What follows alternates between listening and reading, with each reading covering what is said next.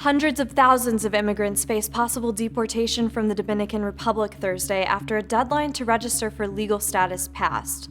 The majority of those immigrants are from Haiti. Local outlets report when the deadline passed, thousands of people were still waiting in line to register. A Dominican official said 275,000 people had registered, but that is little more than half of the estimated number of foreign-born migrant workers living in the country. The move stems from a 2013 Constitutional Court ruling which said children of immigrants would no longer be considered Dominican citizens unless they had at least one Dominican parent, even if they were born in the country, and applied the ruling retroactively as far back as 1929. That meant Haitian families who had been in the Dominican Republic for generations were at risk of deportation. The country's president pushed through a law granting a path to citizenship, but activists say the process has been dogged by delays. Mass deportation from the Dominican Republic isn't new. The country sent immigrants who had fled Haiti's 2010 earthquake back across the border by the thousands in 2011. But this time around, the criteria for having to register were so broad they affected nearly half of all Haitians living in the Dominican Republic, according to human rights groups. Removing a person's only citizenship is against international law.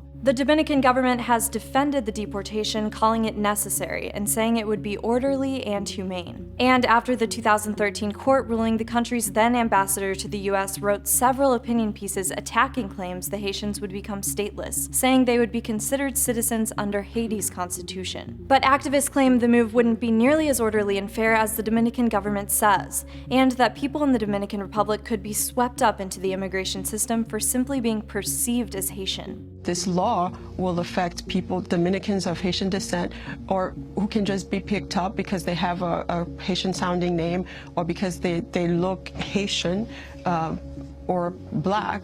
Telesur reports at least 2,000 troops have been deployed for deportations in the Dominican Republic, but a reporter told the outlet the deportations will be gradual for now.